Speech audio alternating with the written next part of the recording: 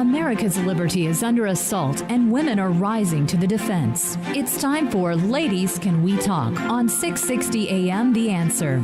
Common sense talk with women and men about politics and standing up for America. With your host, nationally acclaimed speaker and author, Debbie Georgatos. Ladies Can We Talk starts now. Good evening and welcome to Ladies Can We Talk. This is for tuning in to Ladies Can We Talk, where all issues are women's issues and we speak up for America. In this segment, I have on a guest. She's actually, I will tell you, also a friend. She's here in the studio with me, named Virginia Prodan, and I introduced her at the end of the last segment a bit, but she is an attorney. She was an attorney in Romania, and at the time it was communist, and she worked with defending churches, and then she came to America, and, you know, if we told her whole story, we would not get to the important part of what we're trying to cover today, but she came to America, went to law school again, and became a lawyer in America. And so I just want to turn it, and I want to have all of us, because what we're hearing about in American politics today is arguing against, pushing against income inequality, trying to get closer and closer to forced wealth redistribution, which is just simply another word for socialism. So I want to talk to someone who actually lived under it. So Virginia, you grew up in communist Romania. You escaped to America 24 years ago. Is that right now? Yes. Okay. In the last 5 years, you also visited communist Cuba twice. Do you kind of seen communism up close and personal? So in your experience, your life experience, what's it like to live under communism? What's so bad about it? What does communism do to people who live under it? Well, I call communism or socialism the prison land. And I want people to pay attention because that I do not believe that's what America wants to build. Socialism creates misery and poverty as everyone becomes equally poor under socialism and communism, except, of course, the elite group, the ones who support the government. Socialism has a culture of envy and jealousy and division, where the government starts first with questioning your success. If you have success, you are a danger to the communist government. So they first start questioning your success, and then they punish you for being successful. As an individual, you do not have a voice and you do not have value. You are required to become part of the collective group, and also you are required to be silent and accept the collective group voice, otherwise you will be punished or eliminated. Under socialism, there is no private property and not free market. Government is the only one who owns property, and the government controls you. Controls your life, your job, your present, and your future, your children. Individual choices are in the beginning reduced when the communist or socialist takes power from capitalism, and gradually are eliminated. So indeed, socialists and communists are a prison land, represent a prison land, and I do not believe that America wants to transform this brave and free country into a prison land. You know, I think if you took a poll of Americans, you couldn't find, half of 1% who'd say, yeah, that sounds good. But I think what happens is we don't always connect the dots between policies we see here and where they are tending or trending, where are they going to take us? And, you have a story, and you probably have other things you were wanting to talk about. And I do want to turn quickly and talk about Cuba in a moment. But you had this story you told about going to the grocery store and looking for, it was tomatoes, wasn't it? Tomatoes? Mm-hmm, mm-hmm. Yes. I mean, that's just a great, vivid example of what communism is like. Yeah. I want the listeners to imagine that you drive from home. Right now, you drive from home and in your area, you have several grocery stores. Let's just take this example. Imagine that you are in a communist or socialist where the government takes power and all those private grocery stores are eliminated. Instead of them, you have here and there just one grocery store, and that's owned by the government, and the quality is just unbelievable low. But you pay the same price like in capitalism, even more, but you do not have choices. And if you say to your neighbor that the tomatoes are not good, you might be taken to jail during the night. So, I will tell you, I do talks around the country, as you know, and one, I've told you a story too about going into a grocery store in America and just gleefully thinking, I can choose any tomato I want.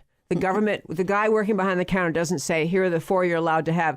I think that is such a vivid example. And that actually occurred in Romania, right? You were told? Yes, absolutely. And you know what? When I came here to the United States, my first feeling going to the grocery store was that people don't buy because the fresh fruit and vegetables were there all the time. I was thinking nobody buys them.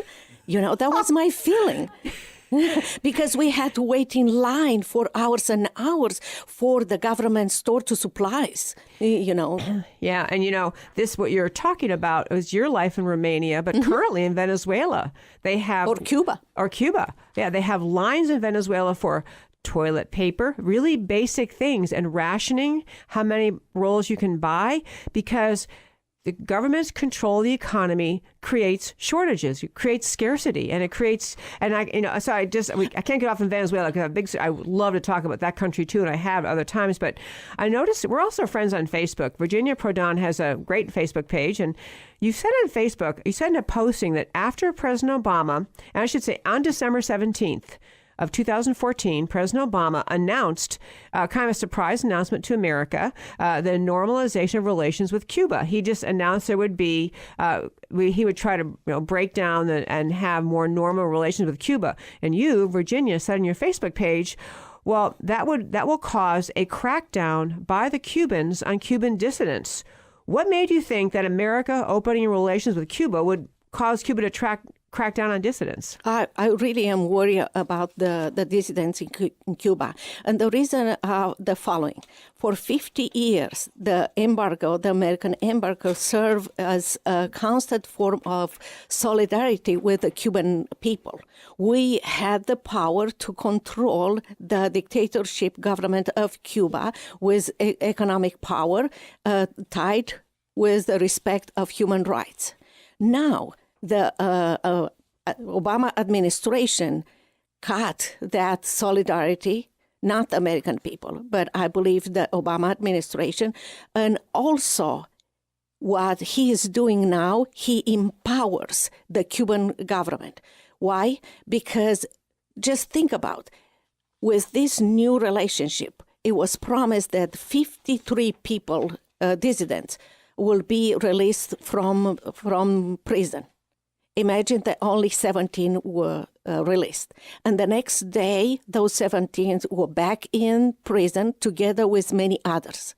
And you have to remember that Cuba is the world's highest country with the number of dissidents. 7,000 political dissidents. Out of these, 17 were released and 17 were put back in jail, and more or put in jail. Also, with this new relationship, we empower the Cuban government. Why? Because according to the Cuban Constitution, only Castro and his government can do business with our government. In order for the foreign corporation to do business in Cuba, they have to go through Castro and his government in order to do this. Not normal people in America, and not Cubans cannot go and fill an application to be in this. The communist government will decide who's going to do it. That means the Cuban people are at the mercy of Cuban government without any help from America. We are going to go on to the next, we're going to have a break in a few minutes here and continue talking about Cuba. But I read a bunch of things. I actually was curious when I saw your Facebook post saying the normalization of relations with Cuba will actually hurt, it will cause a crackdown. And I actually went and researched and have found numerous stories about what has happened since the announcement of this. And it caused me to step back and look at why we originally put the embargo in place against Cuba. And the big reason was we were more alert as a nation, yes, 50 years ago, to the dangers and evil of communism. The whole point of the embargo against Cuba, the whole point of treating them as a essentially terrorist or enemy state, was because we recognized the evil that communism represented. we had a clearer sense of there's communism and misery, or there's capitalism and freedom and free markets and opportunity. We saw those two more clearly. And I think as part of it, I talk about the American left having drifted extremely far left in our culture today, way outside the American playing field. This is part of it. I think it's part of the normalization idea. It was just not recognizing that we did that because we wanted to actually prevent Cuba from expanding its power. We wanted to put pressure on the Cuban government, and essentially Fidel Castro, now his brother, pressure on them to respect people's rights, to listen to reason. And so this whole idea of opening up the path to Cuba was supposed to fix that, but I don't think it will. Debbie Georgatos, come on back after the break. More of Ladies Can We Talk with Debbie Georgatos, right here on 660 AM The Answer. Hey there, welcome back. We went a little long in that previous segment.